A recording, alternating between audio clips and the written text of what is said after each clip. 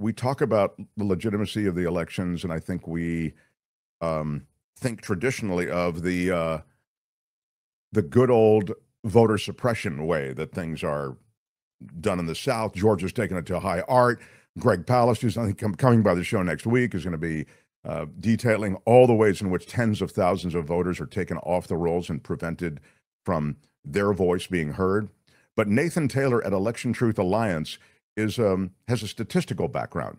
So he looks at the statistics as they come in, and the statistics on voting, the statistics on demographics, and when there are irregularities, he points them out. So we had him in, I think Nathan's been here twice before, and let the third time be a charm, from the Election Truth Alliance. How about it for Nathan Taylor? Hello. Yeah, thanks for having me again. Yeah. Happy to be here. Really, really cool. So I always feel like the best thing I can do is to get out of your way, and you can sort of share what things you have seen, what new revelations or discoveries there might be. And then I do have a question.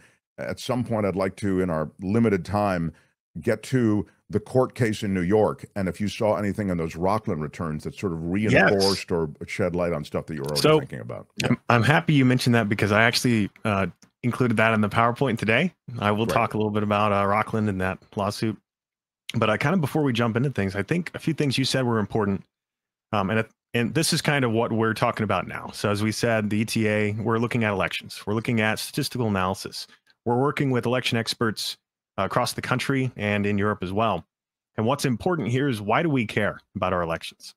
And there's this little term we hear, and we're probably going to say this more often, but our democracy is based on the consent of the governed, right?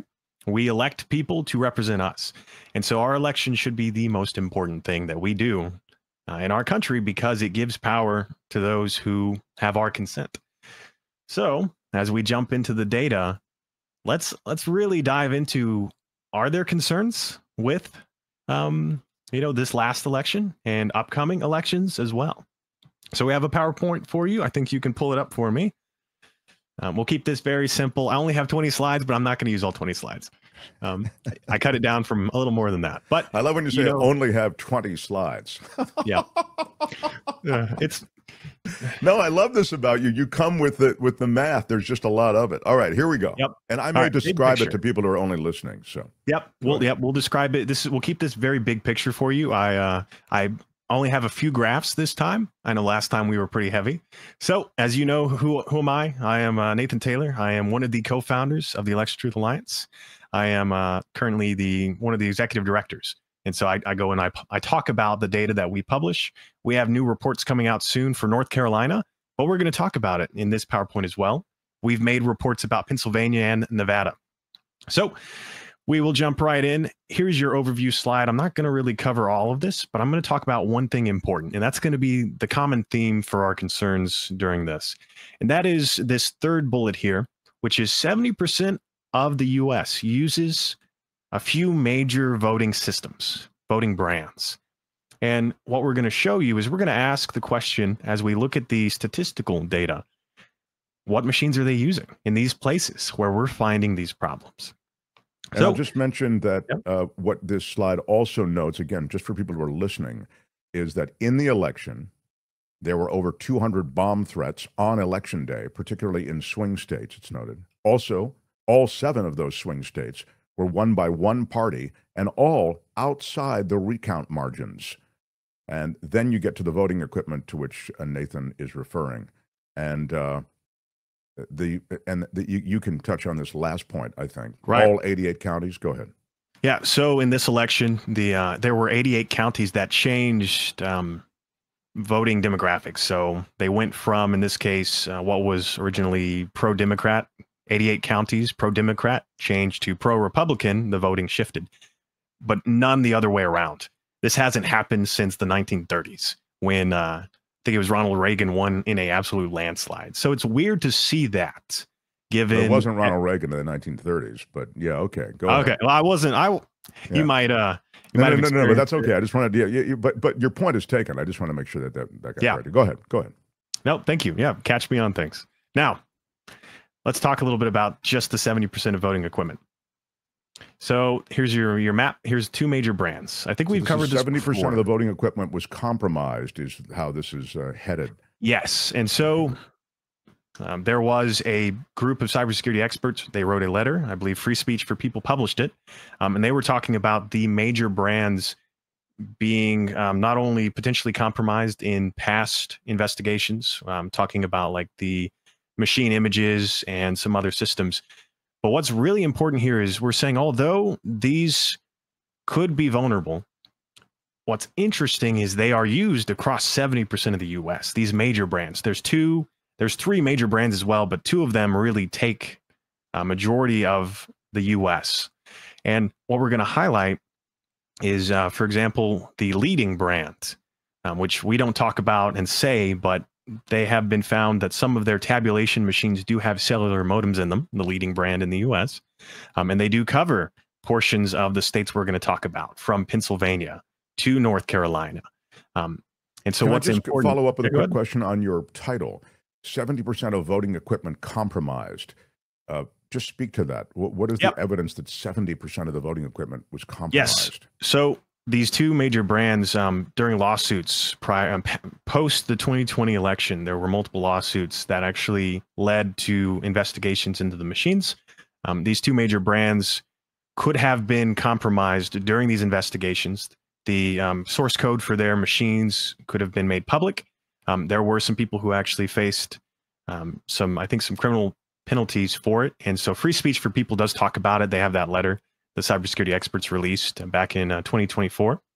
And what's important is they talked about those images being compromised could allow bad actors to go forward in the future and mess with this equipment and make changes or potentially compromise people's votes.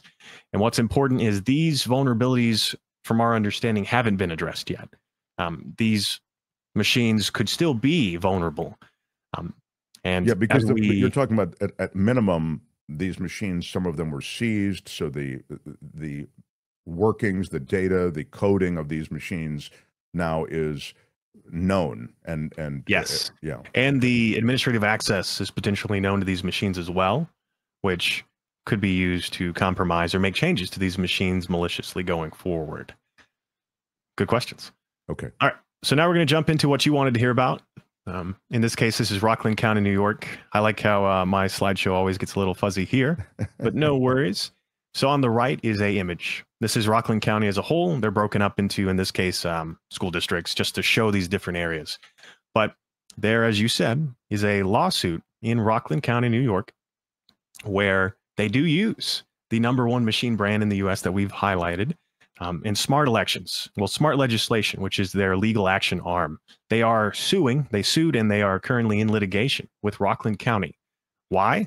They have found concerns of anomalies, but what really takes the cake for them is that they have sworn affidavits from voters that voted third party, and those third party votes do not show up in the precincts that they voted in. On top of that, Smart Elections has put out a analysis of the drop-off voting or the down ballot difference, showing, in this case, Harris, candidate Harris, getting a significant lack of votes when compared to the Democrats in those areas. And what's important here is that drop-off that they're seeing in Rockland County. We are seeing the same drop-off all across the swing states. In places where there are other anomalies. And we're actually going to kind of highlight some of those drop-off anomalies in North Carolina and Pennsylvania. But what's additionally important here is not only did they have their first lawsuit and it went to discovery, but now they have I think September 22nd is when they are having a follow-up. They've already put in requests for information from the county, and they passed the test, if you will, for dismissal. So this is really important, because they are pushing for audits. They are pushing for recounts. Right, which is what we've been asking for since the very beginning. Randy asks, what is a drop-off? Yep. Quickly, you can address that. Yep. Any other questions on this slide? And I'll show you what a drop-off is. Any other concerns here? The only thing I would say about this slide isn't a question, but it's just to buttress the fact that this is very important, because what you're describing is sort of the method by which you'd have all of these down ballot Democratic votes not reflected in the top of ticket. That is to say, the vote for Harris wasn't there, even as there are votes for all these other Democratic candidates. So it's an odd thing. There's no vote for Trump, but there's no, at least in the Rockland stuff that I saw, there's no vote at all top of ticket. So it depends where you look. I will say there are some Hasidic communities in Ramapo, Rockland, New York, and so they do seem to vote in a block. But what's important here is we are seeing that drop off where the Democratic senator is getting like 90% of some of these votes, but then there's 0 votes or only a handful of votes for Harris, and it flips to Trump winning at the top of the ticket.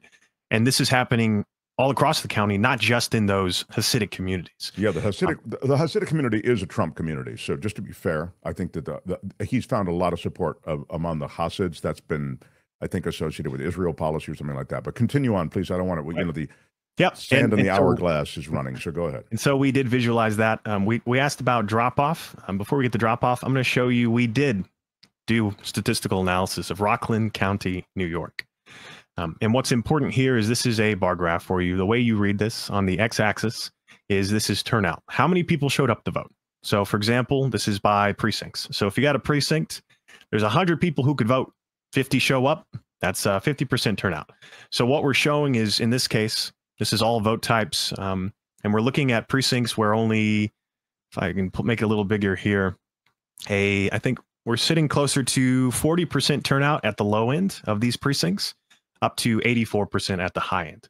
And what we're showing you is this is based off the work of election experts in Europe, such as Roman Udot and Sergei Shvilkin, who they talk about if you were to manipulate elections by digitally stuffing or deleting votes, you would create an effect where turnout would rise and a candidate would begin to benefit from that increase in turnout.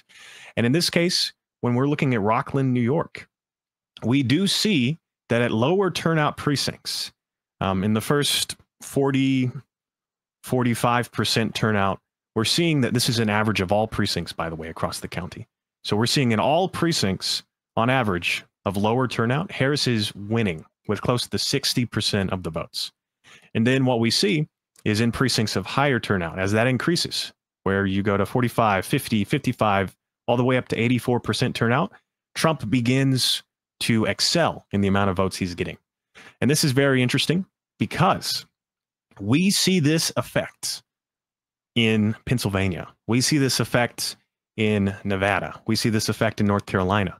And I'll show you now as we go into the drop-off, as we go into the actual statistical analysis and the big picture, we have hard numbers of how many votes it would potentially have impacted in some of these swing states.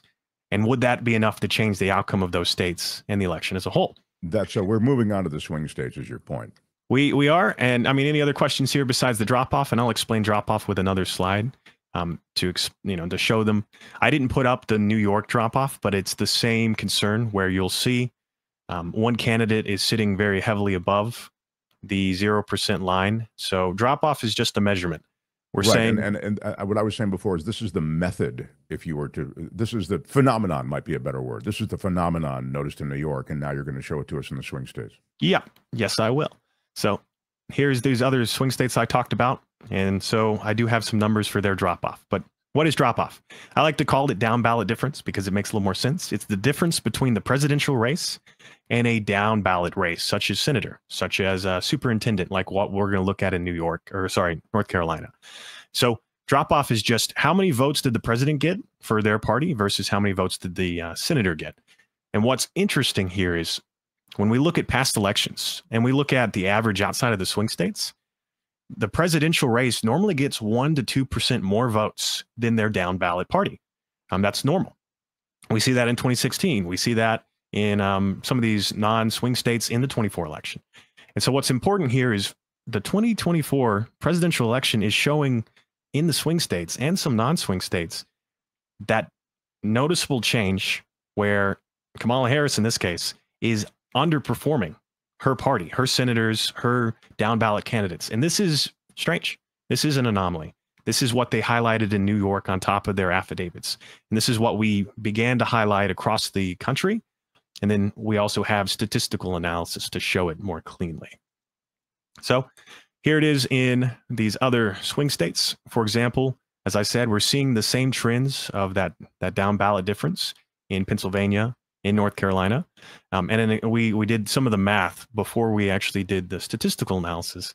So in North Carolina alone, Harris was getting roughly 122,000 less votes than her superintendent candidate, which is Maurice Green. And yet, on the other end, Trump is receiving around 191,000 more votes. This is interesting because, as we'll show you here, it's the consistency across the state. And we'll go back to 2016, but for example, in North Carolina, what does this graph show? It shows on the bottom every county in North Carolina. And what we're seeing is this 0% line. So we have a bar graph, in this case, line charts, and we have two colors. We have a blue and a red/orange line. Blue is the Democrats, red/orange is the Republicans. And the 0% line is how many votes the down ballot candidate got. In this case, it's the superintendent. And so we're showing if you're above the line, you got more votes than them. If you're below the line, you got less votes. And so what we're showing here as we dive into some of the anomalies is we are seeing across the entire state of North Carolina, Harris is getting less votes in every county than the superintendent for her party.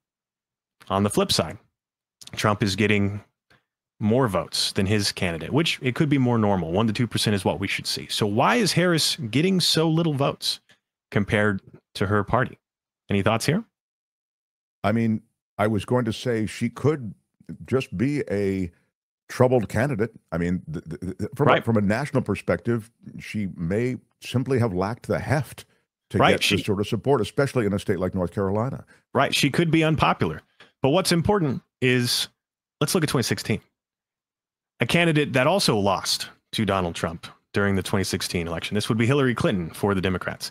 And even then, even though in that case she lost as well, and some could say was an unpopular candidate depending on the times, we're seeing what we would argue is a more normal voting pattern, where across all of the counties of North Carolina, both candidates are getting on average 1% to 2% more votes, depending on location. And so this is what's important, is if this is what a more normal election looks like, then when we look at the down ballot difference in North Carolina for the 24 election, in New York for the Rockland County votes, we see that this pattern here in 2024 is not reflective of human voting behavior. It is too consistent from county to county. Sure, some county is going to go the other way. I mean, with the Hillary 2016 stats that you just put up, you could see Hillary won some, Trump won others. It was more representative of, as you say, kind of the texture of an election, a normal election. The chaos of humans voting. And so I just highlight this to show that if this is caused by a compromise of the tabulation machines, for example, as we dive deeper, if this is caused by the tabulation machines being compromised, we're seeing this across the swing states. We're seeing this in Pennsylvania. We're seeing this in New York. We're seeing this in California as well. And so this is the last drop-off slide I'll do, and then I'll kind of sum up a few slides for you. But we dove deeper. If this is caused by a compromise of the tabulation machines, and you are, for example, deleting votes for a candidate or changing votes for a candidate, it would create this effect. And what's interesting is we don't see this effect in Pennsylvania for their mail-in voting. This is all of Pennsylvania, by the way, all of the counties. We see this effect in election day for Pennsylvania.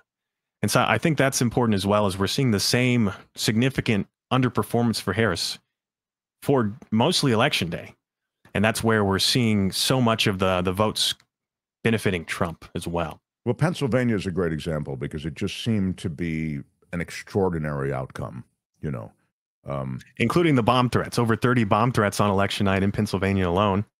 And we will be putting out a few more reports as we go forward with some other discrepancies we found in Pennsylvania. But let's talk hard numbers. If you're ready, let's talk hard numbers. Let's talk some real statistics. Okay. All right. So here we go. Dee says, prove it. I need solid evidence. Solid evidence. All right, here we go. All right, here we go. And we've got a few minutes. So if you're not familiar, and I know my slides like to be a little wild here, but let's talk about Dr. Walter Mebane. He is in my opinion, one of the leading U.S. election fraud experts. He's been cited by USAID, which got doged, as you would say. He's been cited by the government for European elections. But what's important is he is a University of Michigan professor in the Department of Statistics and Political Science. He has made his own model for election fraud detection, and he has used it and applied it for multiple elections throughout the years. He's highlighted back in 2009 some of the election fraud that went on to, support concerns in Europe and Africa and some other places as well. So he is probably one of the most credible or one of the most experienced and most well-respected election fraud experts in the US. And so he has applied his work, his model, his statistical analysis to not only Pennsylvania, but also to North Carolina. We've not released the North Carolina Dr. Walter Mebane paper yet. We've talked about it. It'll come up when we release the North Carolina report for the Election Truth Alliance. It'll be on our website. But we have released, and he has put up on his website, Dr. Walter Mebane, his Pennsylvania analysis. And so if you're familiar with the work we did in Pennsylvania, we highlighted 3 counties there that were showing significant irregularities that could be correlated with election fraud. And he did some of the math using his model. And so his paper that he published, it's up on his website, it highlights up to 210,000 anomalous votes. The margin of victory in the state of Pennsylvania is around 120,000. So and when you say anomalous, outside the statistical ordinary range, or these anomalous along the lines of what you were just describing as anomalies in prior slides? Yeah, and so what he does is he quantifies them in different categories. Okay. But anomalous votes for him in some of these higher ranges could be malevolent distortions of voting. So that means a bad faith actor has come in and messed with the votes in some way. So he does give a little bit more of a quantified amount. There's a lower and a high end. But if that 210,000 votes is caused by manipulation, caused by a compromise of the machines or whatever, that would be enough to change the results of the presidential race in Pennsylvania. And so he applied the same analysis to North Carolina's data, and we mirror his concerns as well. We have our own analysis of linear regression, and our numbers are generally coming in around the same range. So in North Carolina, his working paper, which has not been released publicly yet, his model estimates up to 207,000 or so anomalous, potentially fraudulent votes. And he does quantify high confidence being at least 102,000. The margin of victory in North Carolina is around 184,000 votes. And so his high end and our analysis, which is around 198,000, that would be enough to change the outcome of North Carolina's presidential election as well. Sure. And so we do visualize it, but I think as we run out of time here, what we'll show then is we've applied the same analysis to other states as well. And so this heat map just shows, based off the work of Peter Klimek, what does a anomalous or what does a manipulated election potentially look like? And so in the US, we show it should be more of a circle. So this is a nonpartisan race in Ohio. This is their state board District 5. It's a circle. We see the same, and this is measuring turnout. So that's how you measure it. It's all precincts put together for a county or a race in a state, and it's just turnout. And then this is showing the winning candidate, which in this case, it's a nonpartisan race. We do the same thing for Erie County, Pennsylvania. They're mail-in. Remember, we talked about mail-in looking more normal. We see it's that more normal circle of a heat map. But then as we jump into election day for Pennsylvania, Erie County, we are seeing a significant shift across all precincts, benefiting the Republican candidates at higher turnout. The same thing that we're seeing in European elections that have been highlighted for election fraud. So we see that in Erie County. Just to be clear, like if you were looking to put sort of a routine explanation on that, you go, well, live voter turnout and balloting is just skewed toward Trump, and that's just the way it was. They showed up at the ballot box. Right. Well, so the problem with that is, even if a candidate is overwhelmingly popular, you shouldn't see a consistent trend across precincts, right? Every precinct's going to vote one way. You're going to get an average. So if a candidate is very popular, they're going to average 80%. but there's still going to be precincts of higher votes and less votes. Of course, it would be still statistically anomalous, which is what you've kind of led up to this point with. I was just throwing that out there so that you could knock it down. Go ahead, Nathan. Sorry. Yeah, what's important here is this is, as I said, the entire county, Erie County, every precinct in the county, and we are seeing across all precincts, in precincts of higher turnout, the Republicans are always benefiting. That's improbable statistically, and normally people don't or can't vote that way. You can't, move people to vote in a very specific pattern. There should be some chaos, some random. And so we'll kind of wrap this up with North Carolina. Same concerns here. This is Mecklenburg. This is Charlotte, and same concerns. We're seeing higher turnout benefiting the winning candidate, in this case, the Republican candidate. So, and here's North Carolina as a whole. Instead of that more circular pattern, we are seeing pretty much a reverse comet trail, which is the same concern. We're seeing a correlation. Higher turnout, more votes for the Republican Party. So we'll wrap up there. Last thing then is, if this is caused by a compromise of the tabulation machines, as we've been worried about, as Smart Elections has highlighted in some of their work, looking at how our machines are audited with Pro V&V, which is an auditing company with some interesting ties that we may talk about in the future, we may publish in the future. What's interesting is, if the drop-off is caused by a manipulation of our elections, if this higher turnout benefiting one candidate is caused by a manipulation of our elections, where else is it occurring? And can we quantify it?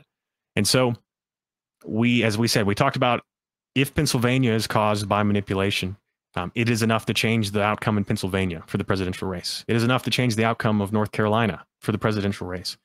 We've also looked at Arizona, for Wisconsin as well. And it would be enough to change the outcome of those places as well.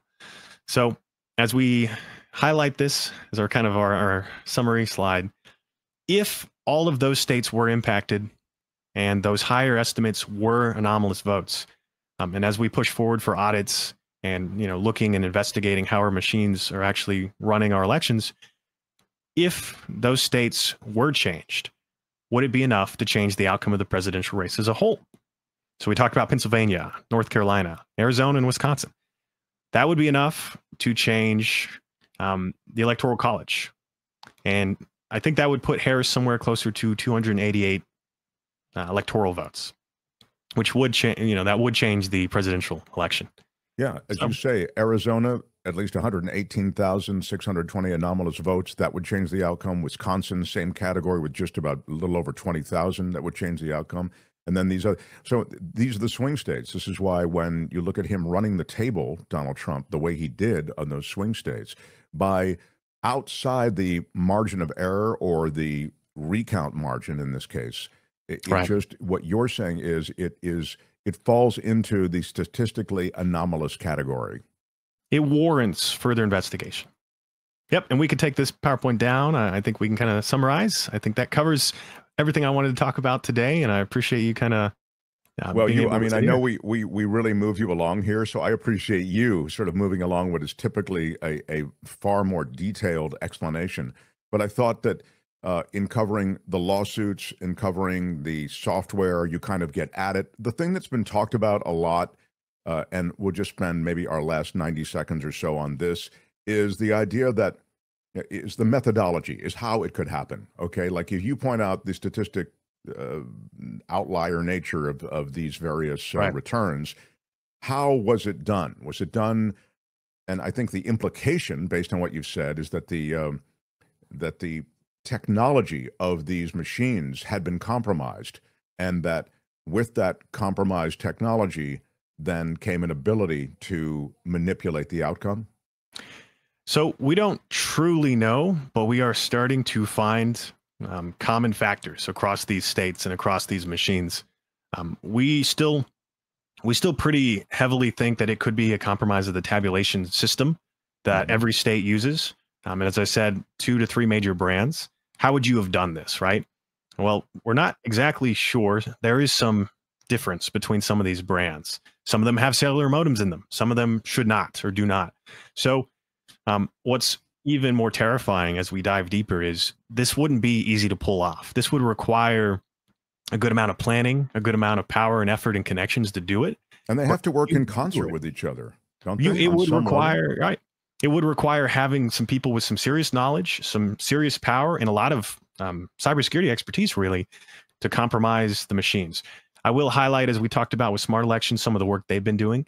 They have shown if you were to compromise some of the auditing companies that work with these machines and come in and certify them, that would be an avenue to introduce malware if you were to compromise the vendors themselves. We don't truly know. And the only way we're going to know, right, is if we get recounts, if we demand investigations, if we keep making this known and public, and we do what Smart Elections is doing, which the ETA is looking at trying to move forward legal action here in the near future in Pennsylvania, perhaps. But that's the only way we're really going to get answers, is if we keep talking about it, we keep digging, and we keep fighting. We're on the same page. When people ask, well, what can we do about it? This is what we're doing about it. We're talking about it. We're getting it out there, and it has to get out there. And of course, the irony of this is that Donald Trump has ordered an investigation from his Justice Department on the 2020 election that he feels Biden did not win. So if we can have the investigation on that, you'd think we could rally one on this. Nathan, I've got to run. I so appreciate always the information. I think it can appear dense, but if you actually go through it, you present it quite manageably, and I'm really grateful for that. So thank you. Thank you so much for having me. All right, Nathan Taylor, Election Truth Alliance. Thanks, my friend. We'll have a link to your website, to Election Truth Alliance. Thank you so much. You have a good one. Yep, you too. You too. Hi, it's Mark, and I thought that was great. Hit the notification bell. You'll know whenever there's a new video being dropped, and please subscribe to our channel to help us save the universe.